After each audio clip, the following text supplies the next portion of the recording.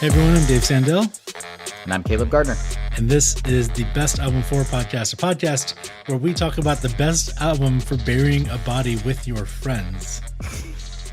So right off the bat, this was a listener submitted suggestion, which I feel some obligation to accept. But this is a morbid one. We don't know if it was based on a real life situation or not. Yes, I have not heard a confession. But maybe he's planning for the future. Yeah, you never know. He just needs to know. He just wants to know, like, what should I play? He's a Boy Scout. He's always trying to be prepared. There you have it. He doesn't strike me as the type of person who would be in a situation where one would have to bury your body. But I guess we have public services to offer people. So if television has taught me anything, it's that it can happen to anyone, Dave. So I think that's where we should start.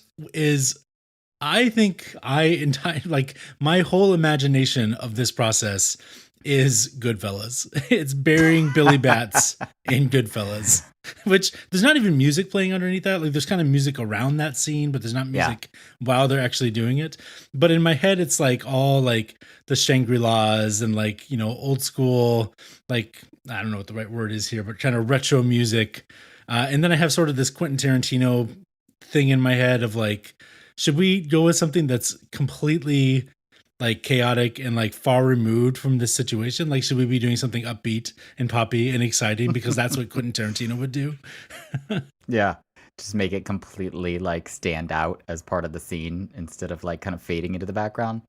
Yeah. Yeah, that's interesting. I was actually like a little tripped up by the with a friend part. I was like, I feel like there's music for burying a body. And then the music for burying a body with a friend made me think like, oh God, what happened? Like, is this my friend murdered someone and now I'm having to be a stand-up guy and like figure out if I'm going to be his friend? Or like, did something happen to a mutual friend and now we're having to bury a mutual friend? Yeah, this is going to get dark. That's what I'm saying. Just it's trigger warning ahead of time. Oh my this God. is going to get dark. Oh my God, what happened? Like, I feel like but like the mood I would want to set those scenarios is very different, right? I should pull the plug on this right now. I gotta ask, when you were imagining the situation, were you the friend who was making the call or were you the friend who was being called? I was imagining myself as the friend who was being called.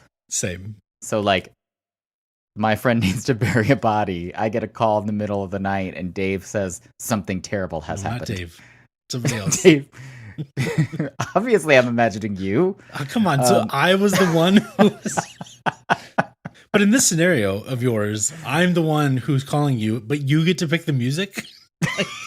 That is shotgun. Correct. Also, I get to drive. I get to call the music.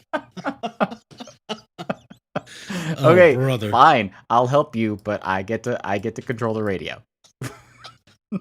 Don't mess with my presets. Yes, exactly. Oh my goodness. Why do you think people in society and like culture are so drawn to this scenario? I don't know. Just like morbid curiosity. We're fascinated with like crime shows. Right? Yeah, like it's totally. just it's the like mystery of it. It's the intrigue. It's the like same instinct about wanting to like watch a car wreck as you drive by. Mm-hmm. You know, it's just like it's drama, it's intrigue. You want to know what happens. You like think about what would I do in that situation. Right. You got to game it out for yourself. Exactly. Yeah. Exactly. Now, what doesn't happen usually is that, you know, you don't see the character go, what music should I be playing right now? Right. Well, and so I do feel like we are adding to that crime genre through the contribution of this podcast. I couldn't agree more. You know that meme that's like, maybe it's not a meme, maybe this is actual real advice that says like, if the way you unwind is by listening to true crime, something is really wrong with you. Like you need to seek some therapy. True crime podcasts, man, like they are insanely popular. They really are. And people seem to really be drawn to them. Yeah. So again, you're already listening to crime in your ears. We're just coming at it from another angle, I guess. Assuming that you read into the scenario as you're burying the body because something terrible happened and not you just are a pallbearer at your friend's mutual funeral. I guess that's a very different scenario. That is not what we're talking about today. That was I don't know that I personally have the stomach for that one. Yeah, that was not how I went with it. But there was a time I did consider. I was like, wait, should I be considering that scenario too? And then I ultimately did not. So yeah, I think we ended up in the same place. I definitely have this sense of like, everything has changed. Nothing will ever be the same. We can never speak of this again. Like that was kind of the vibe that I was going for of like, it's kind of like Friday Night Lights season 2 where they bury the body. Like, this is our secret. We must keep this secret. Nothing will ever be the same. Never seen it. Well, let me tell you. Did we talk about this? Why I never watched Friday Night Lights? No, tell me. Because it was so much like my hometown and my family. Like I watched like one episode and I was like, nope, can't do it. Too triggering for me. Like the grandma in Friday Night Lights basically might as well be my grandma. Same accent. She looks like her. Their hairstyle's the same. I was like, I can't do this. This is too close to real life for me. Also having been a high school football player. Kidding. I'm staring at Kayla right now. I'm wondering completely how that could be true. That scenario is. If you ever do get around to it, you can just straight up skip season 2. Season 2 is the worst. Oh yes, I've heard this. And they do bury a body in season 2. It's very strange for a show that's grounded in about high schoolers. Don't they like not even talk about it late? Like they just pretend that whole plot line didn't exist. They pretend every plot line from season 2 doesn't exist. There's no plot line in season 2 that has any ramifications for the rest of the show. That's so weird. It's very strange. Anyway, this is not the best podcast for talking about Friday Night Lights, although gladly would record that, but you'd have to watch the show. Yeah. Gonna have to get someone else. So both for where you grew up and where you live now, have you gamed out in your head like where you would go? Like what's the secret place that nobody would ever find it? Like what's kind of the steps? So wait. Now I have to pick the music and I have to find the place? So my friend just called me and they've got the body, but I've got to find the location? Is that what you're telling me? This is just asking if you gamed it out in your head. This is asking a lot. It's like planning a heist. I've, planned heists in my head before. Yes. No, however, I will say that I grew up next to a wildlife refuge and a lot of open land, and I think that save dropping a body in the middle of the ocean, which is what happens in a lot of these scenarios, sure. I think you could probably, unless they've got like thousands and thousands of people covering acres and acres of land, I'm positive that there are plenty of bodies buried in Oklahoma that no one has ever found. Hang on real quick. I'm just going to patch the police into this podcast so they can listen to your confessions. I didn't say one of my bodies. I just said in general, as a pro tip, you probably, got a lot of land to cover. We're several weeks ahead of recording at this point, and so when this is published, if you friends of yours never see you again, they will know it's because you incriminated yourself. You gave yourself about 3 weeks to get your life packed up. And then Okay. I know this is off topic, but I gotta just shout out that a friend of mine. So as we're recording, Meta just launched Threads, which is a new Twitter. We're not gonna get into it, but it's now, people are going after it, like posting all kinds of things, going crazy, scratching the itch they haven't been able to scratch on Twitter for a long time. And one of my friends is a public defender, and her first thing that she posted was just a reminder for everyone getting on this new platform, never confess to a crime online. And I was like, oh my God, the fact that you have to say that means that you have defended people who repeatedly, more than once, have confessed to committing a crime online. I think that 45 has proven that you can confess to whatever you want to, and it's fine. Like, as long as it's out in the open. Consequences. Yeah. As long as you're not secretive about it. There you go. So just become an elected president, and you can do whatever you want. Yeah, seriously. Okay. There's that sigh you told me I always do on podcasts. Yes. All right, so I guess let's get into it. I'm like finding myself wanting to prolong the lead time because I both am very excited to talk about my music this week and also super don't want to talk about this topic.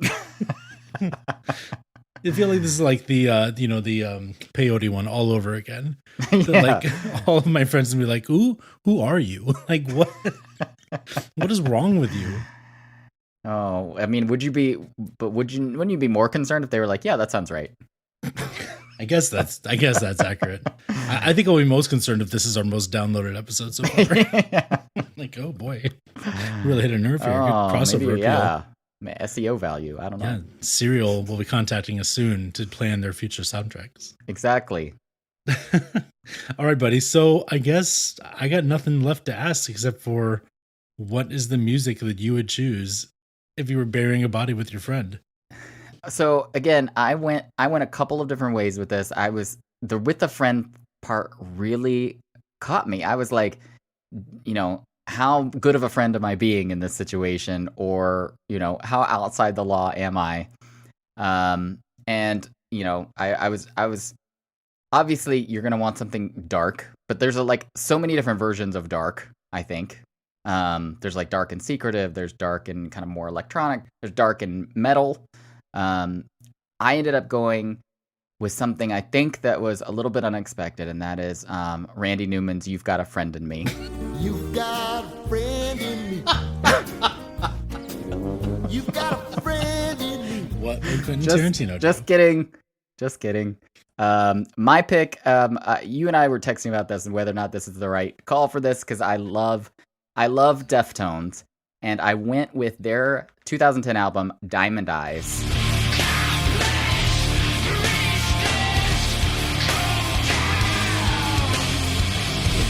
Which is one of my favorite albums of theirs. Probably, if I had to rank them, is my third favorite. But in recent years, I've probably listened to it the most. It's one of those where it's like, okay, if you're asking me to rank quality, White Pony is probably my top. I'm not convinced that White Pony isn't the right call for this, but it's one of those albums where we just got to save it because there's so much to talk about, and this probably isn't the topic for it. But that is a shared love of art. White Pony is a shared 100%. Connection for us. Yeah. Great album. And has a lot of themes that I think would work so well for this. But I also think Diamond Eyes works very well, and want to talk about this album because I love it. So it's probably White Pony. And then Around the Fur, just from a nostalgic value, because that was my entry point to Deftones when I was a teen. And then Diamond Eyes, this great album that came out in 2010. So there was this dramatic moment where their bass player, Chi Chang, died in 2008 after a car accident, and they were working on some new music, and they ended up kind of shelving that project and then coming back and doing it with a new bass player, and creating more music, which became the album Diamond Eyes. But it has a distinctly different flavor than some of the albums that were coming out right before it, in that I think that the lead singer, Chino Moreno, has said that Diamond Eyes really is where the band really came closer together after the death of Chi Chang. And so, ironically, this is so funny that I'm choosing it for this, because ironically, I can't even get through this without laughing. Chino Moreno said that this album has a positive zest for life. Which just makes it so funny to me. I know, exactly. If you know anything about Deftones, it's like all violence and their stuff there, especially his lyrics are mostly super dark. I mean, one of the big reasons I chose this album is a song called Rocket Skates, which I just absolutely love. It's just such a it's one of those where you just put it in your headphones and you turn up the volume and you just let it just grind.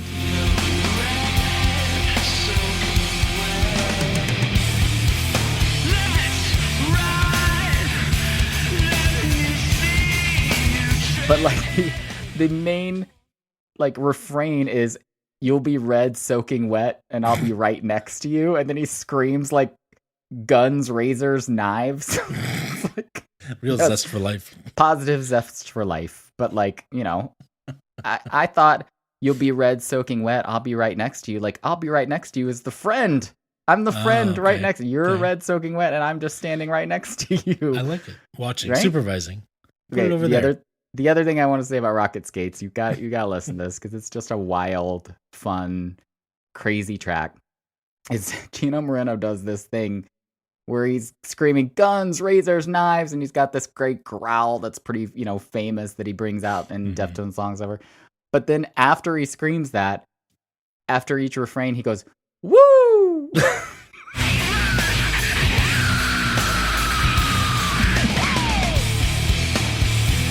And it's just so fun, and like you and I saw Deftones together. Yeah. Was it last year?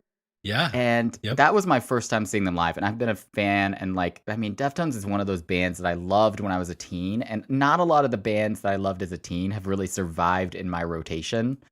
Not a lot of bands from the nu metal era definitely have survived in my rotation, but Deftones has this staying power because they've actually been called the Radiohead of metal in that they are experimental. They try new things. They expand their sound. They are one of those metal bands that has inspired a whole generation of other metal bands for that reason. And so that combined with the distinctness of their sound, driven a lot by Chino Moreno's voice, which has this like delicate, soft almost quality when he's singing. And then he gets into this like screaming growl and like intensity. And that combination, I think, is just so fun. Anyway, so I think that this album, again, one of my favorites of all Deftones albums. Deftones have put out a lot of albums. Like they put out a ton. But this, I think, is my third favorite. But you really, I mean, there's not a lot to me. Again, as a Deftones fanboy, there's not a lot that you can go wrong with almost any album. Like I can put on almost any one, but I think those three are still my go-tos. I think they're the best quality wise. Do you find so when I listen to music like Deftones, I find that it puts me in a very specific headspace, and their music has some catharsis to it. Yeah. And it definitely is like, bottom heavy, like there's bass and there's beats. Sure. Like there's more going on here than just like kind of shredding guitars.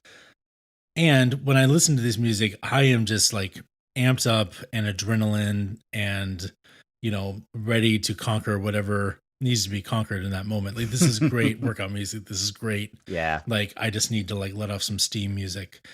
Do you find that with Deftones, you go to them to get in a mood, or you go to them because that's already the mood that you're in? I think it's probably the latter. Like I will reach for them if I'm already feeling intense, angry, or like, I'm looking for some intensity because I'm kind of in an emotional mood. But I will go through these periods. At least once a year, I go through like a Deftones period where they're like the only thing I want to listen to for like 3 weeks. And I don't know what it is, but that like I need that itch scratched at least once a year of like complete intensity, screaming in my like headphones, and no one else in my house will listen to this with me, obviously. So this is a very solitary experience. Sure. Because I love Deftones so much, I've tried other kind of metal bands over the years, and even some newer metal bands, and found some things that I actually enjoy, but nothing compares to how often I will want to listen to Deftones or put Deftones on by far. I think for me, I mean, there is certainly that rhythm section that I'm drawn to that's a little different than other metal bands. But the thing that I'm most drawn to is Chino's voice. Like, yep. I listen to a group like Deafheaven, where actually like Deafheaven's music for me is like the kind of peak cathartic experience that somebody can have. But the vocalist is just screaming. Like it's just this guttural loud scream, and there's no other gear. It's just screaming all the time.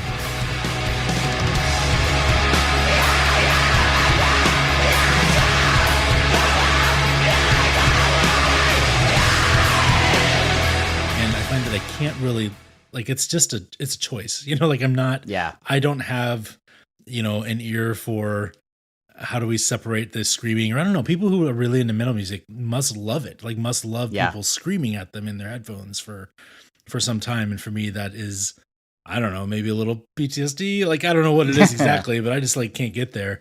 So with Chino, because he has a really beautiful voice and because he is singing emotively and plaintively, I find that I'm like drawn into his music, even though when I actually sit down and break down the lyrics, I'm like, whoa, this is dark. Like, this is a lot of violence in this music. Like a lot of pictures of violence. And I don't know from what I've read, I don't think he's storytelling from a personal experience place, just sort of storytelling from a, kind of a mood that he experiences. But in a way that I've heard like some hip hop artists describe how they will like craft lyrics where it's almost like they're living out a fantasy or like exploring, an imaginary world. And he's talked about, I think, since starting with White Pony and on, I think his lyricism like really leaned into that kind of fantasy, versus kind of writing about what he knew. Yeah.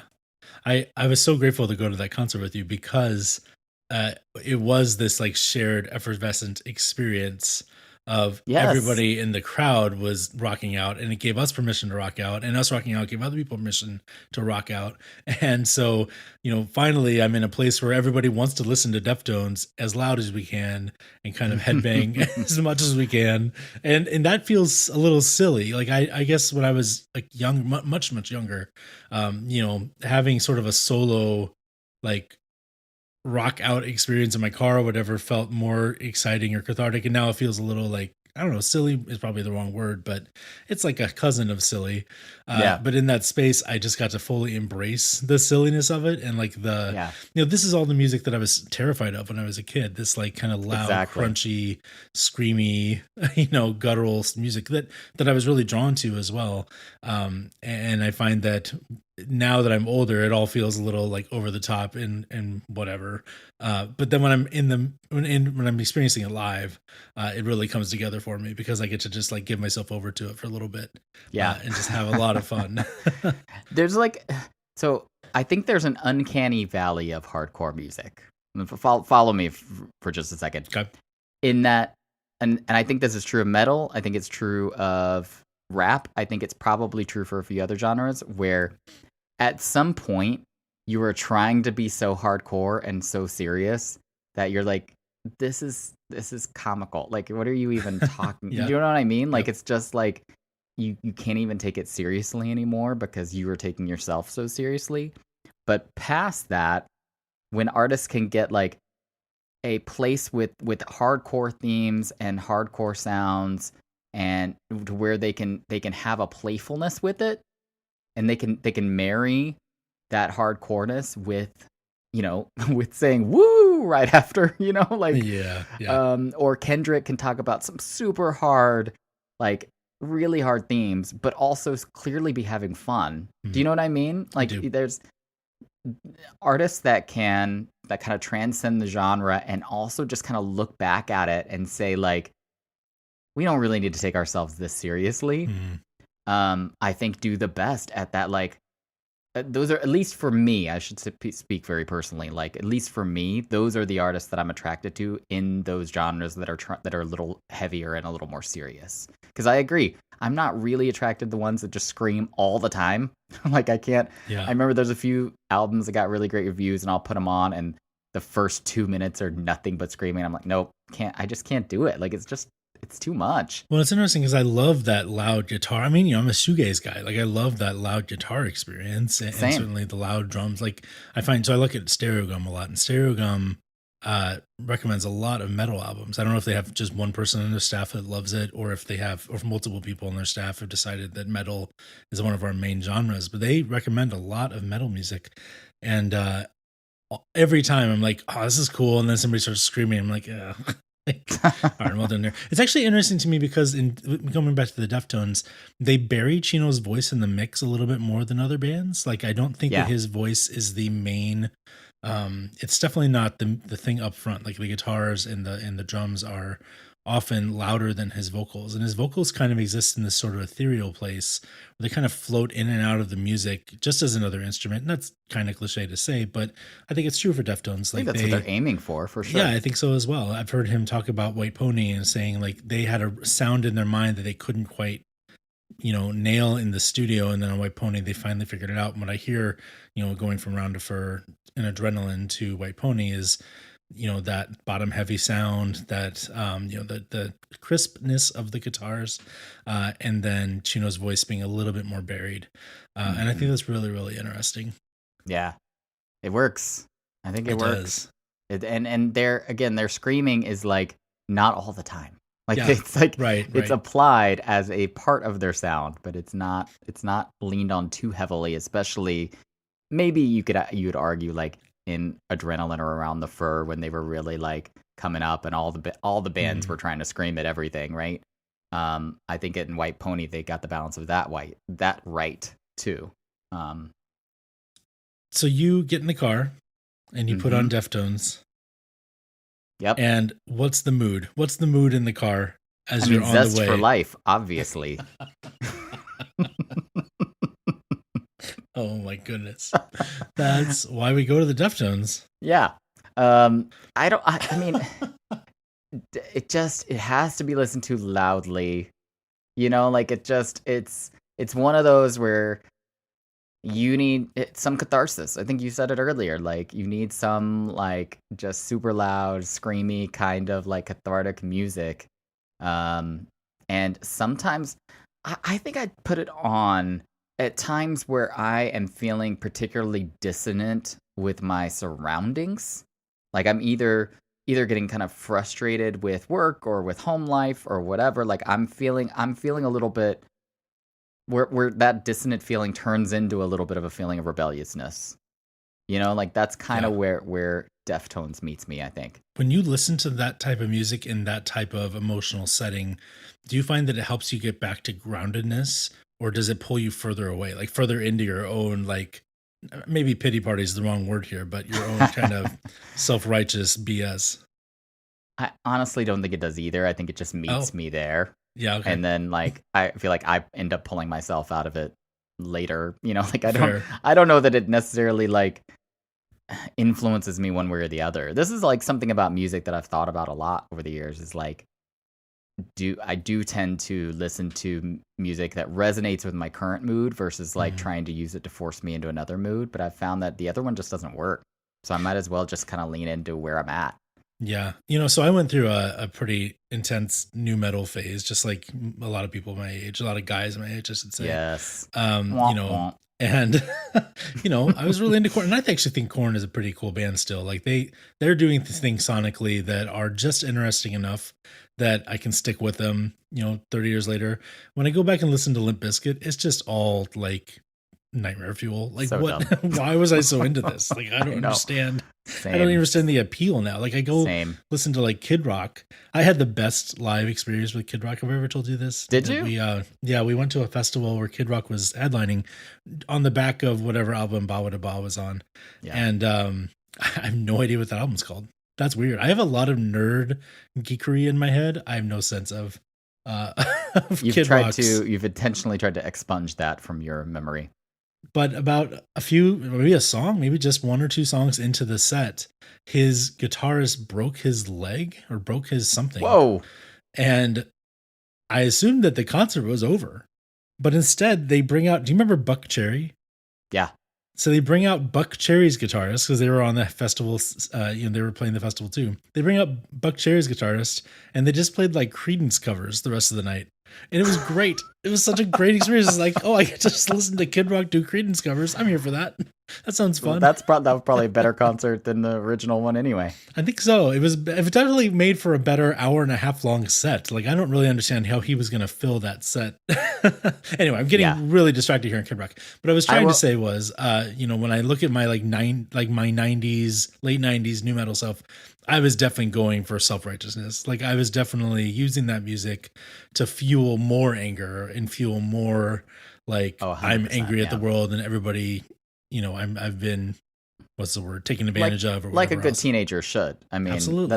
That's like the spot where you live when you're a teenager. I mean, I will say that I'm very proud of the fact that I was never into Kid Rock. I don't know why, but his whole shtick from the moment it came out, I was like, what is this? This is stupid. But I saw Limp Bizkit in concert, unfortunately. How did that go for you? I mean, it was huge. Yeah, they were a big band. Yeah, they were a big band, and the only concerts I could see you as a teenager in Oklahoma were like at the basketball center in Oklahoma City. Like those were the only places artists would really go for us to see concerts, and that was like a whole trip for me.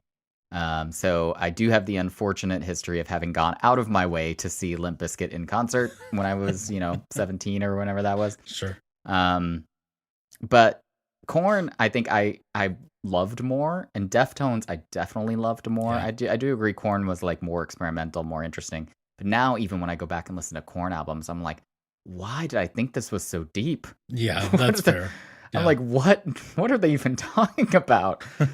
They strike me as a band who has their tongue a little bit in their cheek. Yeah, and maybe. honestly, Limp Bizkit probably did too. It just felt, it's so like, the lyrics are so simplistic and so dumb that like it's hard to believe that he wasn't taking himself seriously. Like, Yeah, right. I actually think if he was taking himself, if he wasn't taking himself seriously, the lyrics would have been more fun or more like ridiculous. But they're just like, there's nothing, whatever. We're on a Limp Bizkit ride now, and we're supposed to be talking about burying a body with your friends. Which they're related. Oh goodness, this is a bad one. Okay. We're bad people. Last note I will say about Deftones before Yeah. we move on.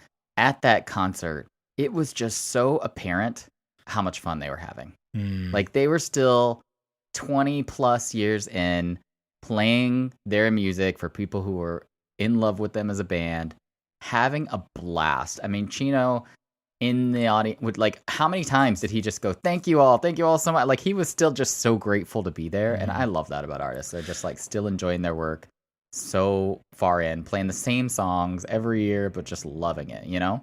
I got to see them on the White Pony tour. Nice. And so, that's 20 years ago, something like that. And I think that seeing them again, last year, they did not feel like they had necessarily, that they were very different than the first time. Like oftentimes when I watch bands, like when I was younger and then come back and get to see them again as an older person,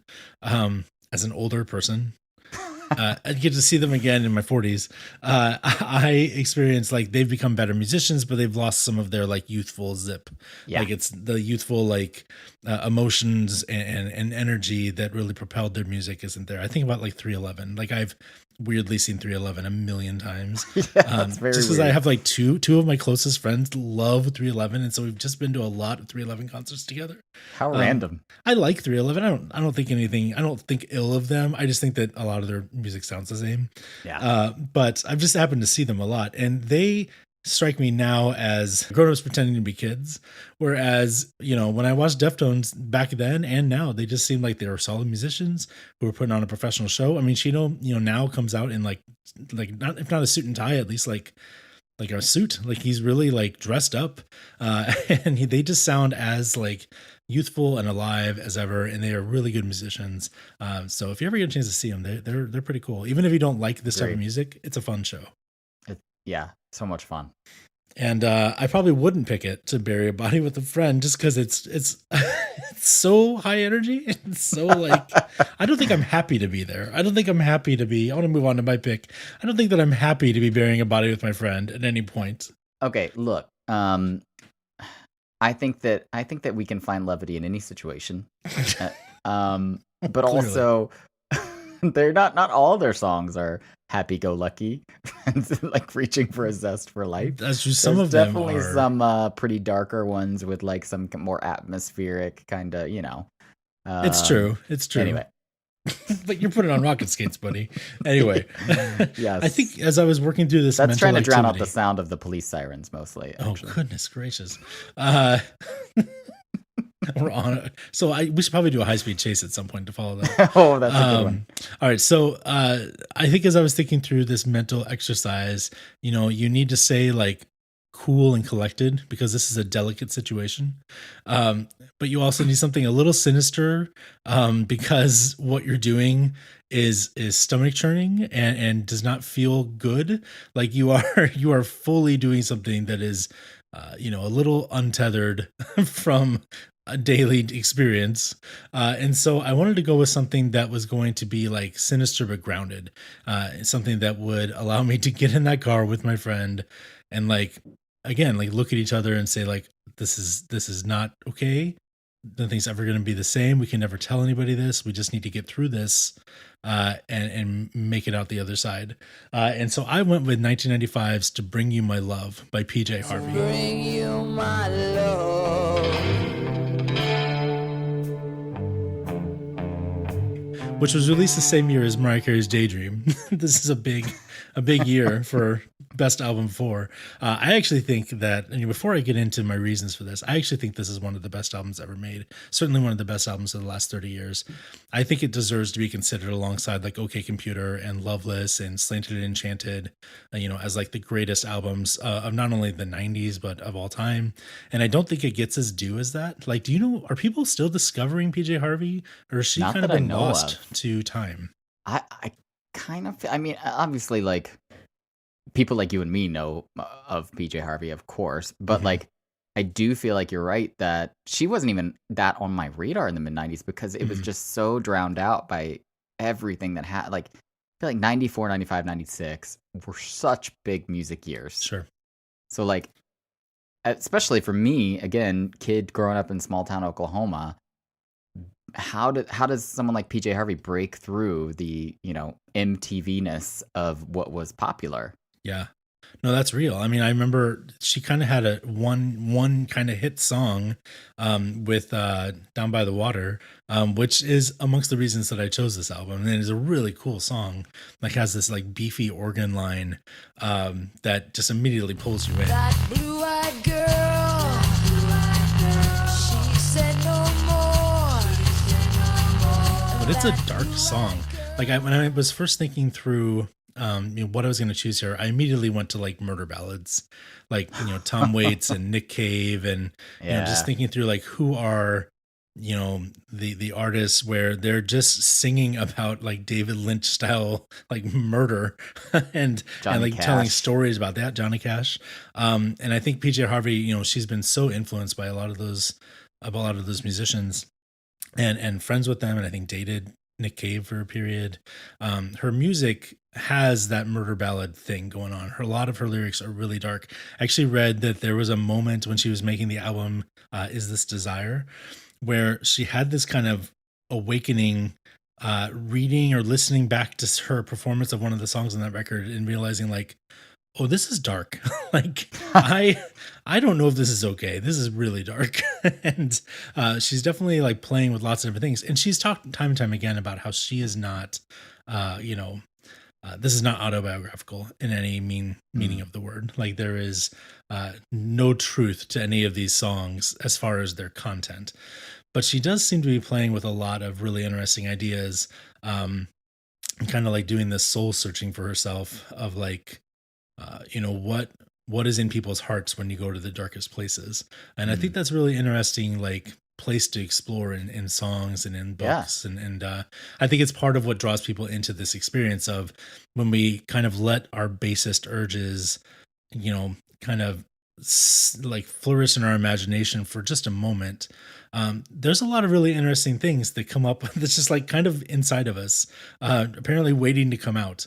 And that's weird. Like, it's weird that, I think about my life and wanting to sort of devote myself to the flourishing of others and wanting to devote myself to the flourishing of my children, and of the created world. And I want to like put things into the world that moves people and that makes people think and to love and to experience beauty. And also, I could spend an hour like gaming out where I'm going to bury a body with a friend, and it feels like all of that's just kind of mixed in there because we have these base urges as people. And I think PJ Harvey explores that stuff really interesting. I see why this was clicking for you now. Yeah, you were kind of doing the same thing about like what would this be like? Absolutely. So there's 3 tracks on here that I really love. I mean, I love this whole record, but there's 3 tracks in here that for this situation tell a very interesting story. So track 1, which is To Bring My Love, is there's these lyrics like, I've lain with Satan, I've cursed God above in order to bring you my love. I've lain with the devil, cursed God above. That's sort of the idea that she's exploring of, in order to get back to you, I've gone through hell and I've done things that I don't think are good for the human soul, but here I am at your doorstep. And then there's this other track called Teklo, which is track 5, where one of the lyrics is, let me ride on his grace for a while. Let me ride on his grace for It's a lot of God lyrics in this very dark murdery album, where she's sort of looking for redemption from these choices that she's made.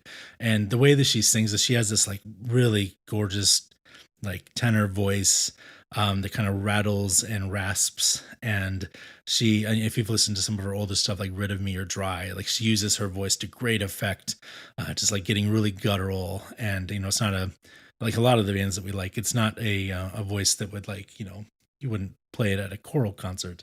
But she has this like all of her emotions are spewing out in her through her voice. And she's actually in recent years gone more into this like high falsetto that I don't like as much. And I think that's one of the reasons that I've fallen away from some of her music.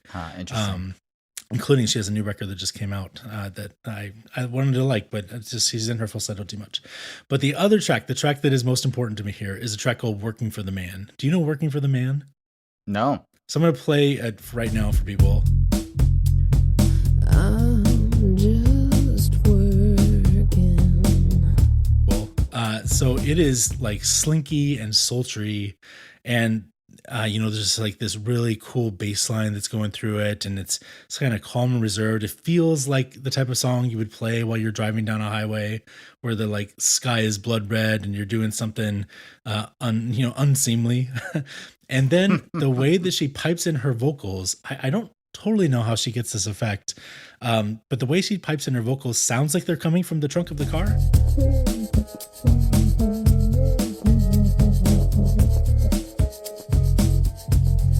Like they sound like they're coming from kind of behind the music. Oh. It's very, very interesting. It's very cool. Like she has kind of her proper vocal line, and then every now and then there's just like vocals will come out of the side of your headphones and they'll feel very moved and they'll feel muffled. And there's this feeling of, oh, this song is not about burying a body with a friend, but it kind of is.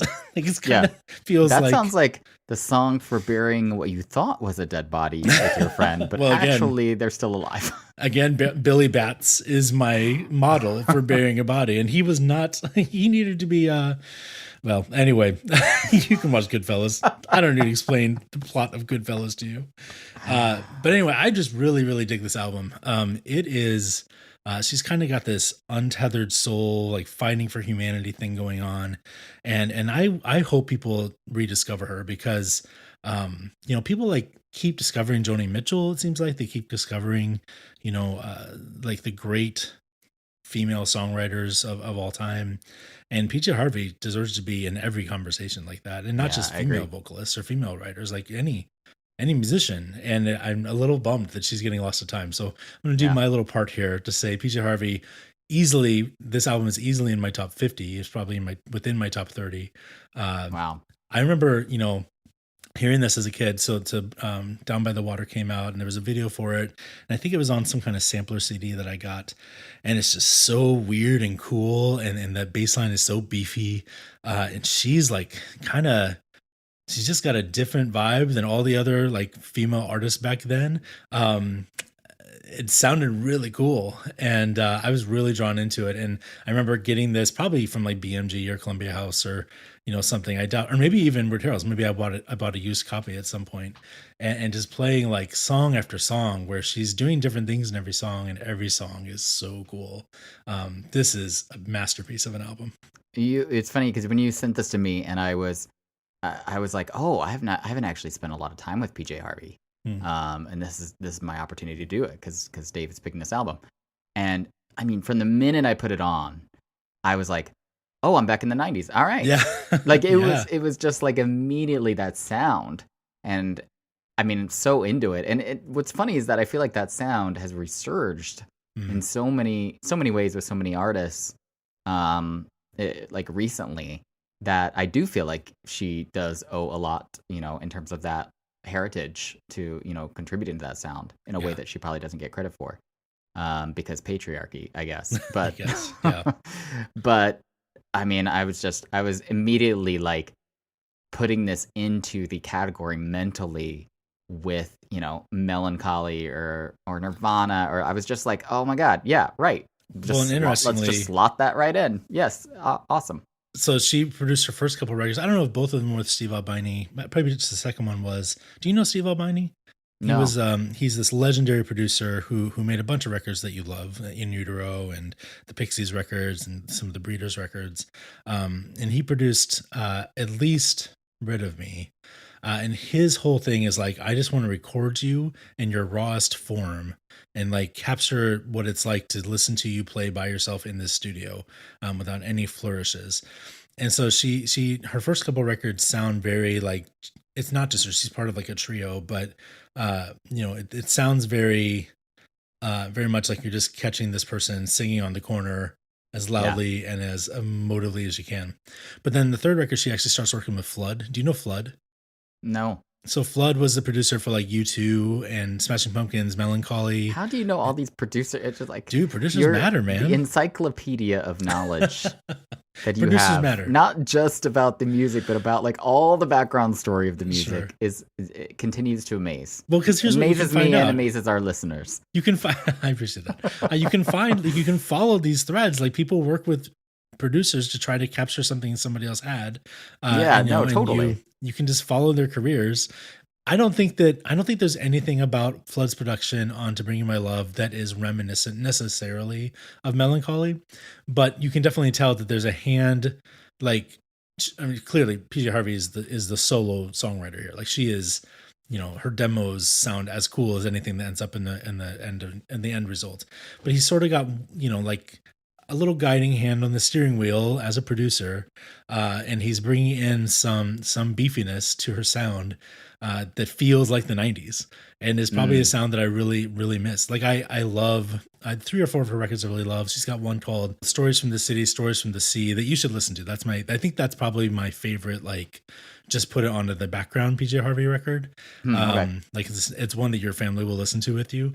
And in that one, she doesn't have that same beefy, dark, energy going on that she has in this one. But it's interesting hearing you call out Smashing Pumpkins and 90s music in general, because you're right. The producer, the thread there was probably much, much deeper than I'm even realizing. Yeah, I don't like Flood's work as much as I like Cyclones or Hail.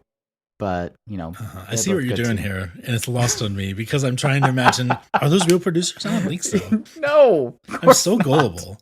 I've noticed editing this podcast that I am very gullible on this podcast. Like I take the headphones off, and I'm not super gullible, and I just take everything you say at face value on this podcast. I don't know what that's about. And that's because you have this encyclopedic knowledge of the history of all the albums you pick, and I'm just bullshitting. Like they're just like, I'm just here for entertainment value, everyone. I appreciate it though. You bring out something good in me, and we each other. It's fun. All right, so that's my pick, PJ Harvey, Bring You My Love. You should listen to this even if you're not burying a body with a friend. But especially if you are. Now, so my buddy Jason is the one who approached me with this topic, and I told him that we'll shout him out and give him a chance to pick something himself, so a record that he likes. And he said, he's not really an album guy; he's more of a singles guy. But he threw a couple things at us to consider. One of his choices was Toadie's Possum Kingdom, which was pretty inspired. He was, the album is called Rubberneck. He was picking it for the song Possum Kingdom.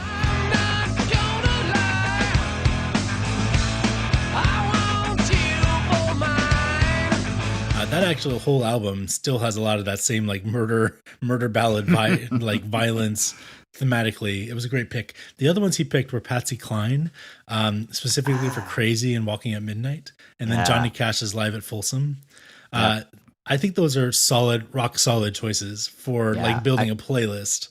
I definitely thought of Johnny Cash for like one of my honorable mentions for sure. Patsy Cline is interesting to me because I don't think this is what she was intending when she was writing her music, but I think over time it's taken on this quality of like, waitress in a small town, like working class, just getting by, kind of country western feel that I really love. Like I'm really drawn to that very specific type of country music, and it's very good for this type of work. Let's talk about our canons for a few minutes because we're kind of going long here.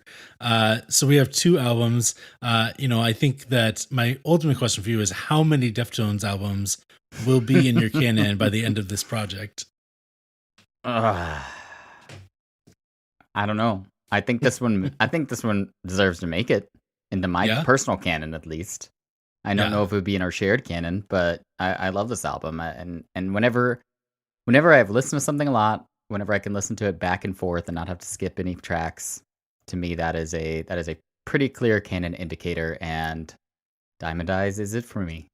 Yeah, not in our shared canon. Certainly there's another one that will be, but I actually I kind of lost track of Deftones until we got ready to go to that concert, and then I kind of binged through a lot of their more recent records, and it was great. It was a great record. I did get to see more time with it, but and the reality is that when I want to listen to Deftones, I just reach for White Pony, so I don't know if I'm going to actually spend much more time with it. But it is very good. I especially in light of going to that concert, I definitely went back and revisited some of their albums, and then made now I've got a whole Deftones playlist, kind of like my version of a greatest hits, playlist that kind of spans their whole catalog, which is fun. Yeah. To Bring Me My Love is my number 32 album of all time. If you my God, you actually have a number. Heck yeah, I do. I mean, that number fluctuates all the time, right? Like that, of course. It could be anywhere between 20 and 100 in any given month. Because the listeners and I both know that you make lists for fun. I do. And so, that deserves to be in the canon, of course. I loved this record as a kid. I love this record now. I think she actually has at least 2 records, maybe 3 in my canon. So, big, good, huge record that everybody should check out. If you don't know it, take some time and check it out. Just beware murder ballads. Big, good, huge record. I was just laughing at you with the way that you described that. It's fair. It's all staying in. All right. So do you want to hit some honorable mentions real quick? Yeah. I mean, for me, again, just thinking through the with a friend part, weirdly, I went with, I was looking at Lady Sings the Blues by Billie Holiday. Oh, okay. Looking at Strange Fruit, you know what I mean? It's this. That song has too much history for me to pick it for this. But... it also feels like it has too much history for me to pick it in general. So that's fair. Yeah, didn't necessarily feel like that was I don't get right to play for that this. song. I was also looking at Black Sabbath. I mean, the self-titled album that basically defined what metal is. I was like, should we go back to the source here? But even that album felt too happy-go-lucky for me for this, which is weird. I thought about the XX, their self-titled album. Is this can we get dark in that way? But it was still too relational focused. I don't know. I was also looking at Things We Lost in the Fire by Low. As could I go in a more shoegazy direction? But no, none of that felt exactly right to me. I still feel confident in Diamond Eyes, Dave. Nice. I thought about a lot of Trent Reznor music. First of all, some of the soundtrack work, like The Social Network, but also Nine Inch Nails' The Fragile, or some of his later Nine Inch Nails records that are kind of more, moody's the wrong word, but they're kind of more, I guess, melodic. And so I thought about The Fragile. I thought about Massive Attack's Mezzanine. Thought about Tom Waits' Rain Dogs. If I was ever going to pick Tom Waits for something, it would be here. And I didn't. So I guess we're never talking about Tom Waits unless you pick something. It's just not my guy. And then I thought about just playing TV on the radios, DLZ on repeat. just that getting song. in the car and playing that song on repeat, because that song sounds like exactly what we're doing. Nice. I thought of Nine Inch Nails too, and I love the Downward Spiral, and I was like, ooh, maybe that's right for this. And then it was again the with a friend part. I was like, there's no friends in this album. We are not. That's right. No one can. This is a completely alone, nihilistic, you know what I mean? And I feel like there's no Downward Spiral though. You're kind of leaning into I did this on purpose. Yeah, seriously. You're Dexter maybe. Or something. For real, this was no accident. I think I had to go with something that felt accidental, and my soul is changed in the aftermath, not in the lead up. Yeah, that's very fair. What do you listen to this week? I have been revisiting the album Singles by Future Islands, which is a summer staple for me. It's one of the ones I reach for when the weather gets hotter. Probably because I think it originally came out in the summer of, I want to say 2014.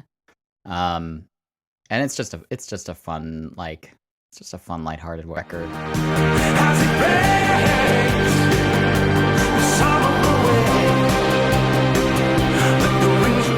It's funny because I've kind of followed some of what Future Islands has done after, and there's been a few tracks that have pulled me, but like no complete album of theirs except for this one I really like reach for.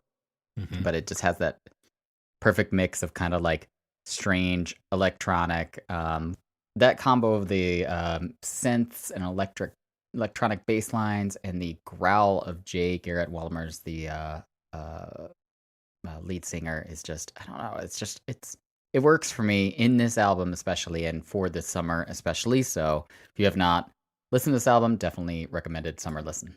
Yeah, I think we're planning a big episode around summertime records pretty soon, and if that one is not mentioned, I'll be shocked because it's great. I have been listening to a newish album, 2023 album by a group called Bedroom, which is stylized as BDRMM. They are a shoegaze band. The album's called I Don't Know.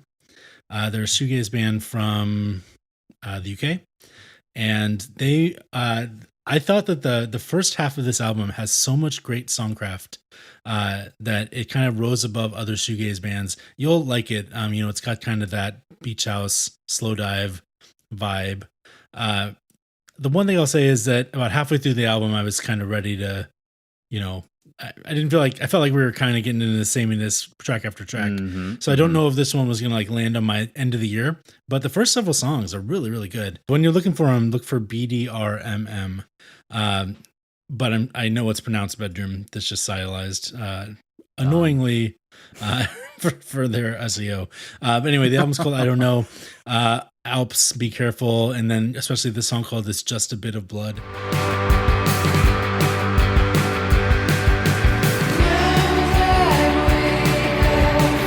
These are really, really good songs that'll land on playlists for me for a long time. Did you know that there are several artists called BDRM?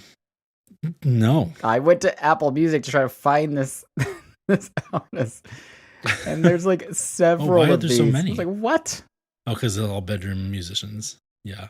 Probably. Yeah. Yeah, we're looking for the one that's a bunch of guys in stocking caps. Like you do. Anyway, not a full-throated recommendation this week, but I've enjoyed it enough to turn people onto it. It's good. Nice.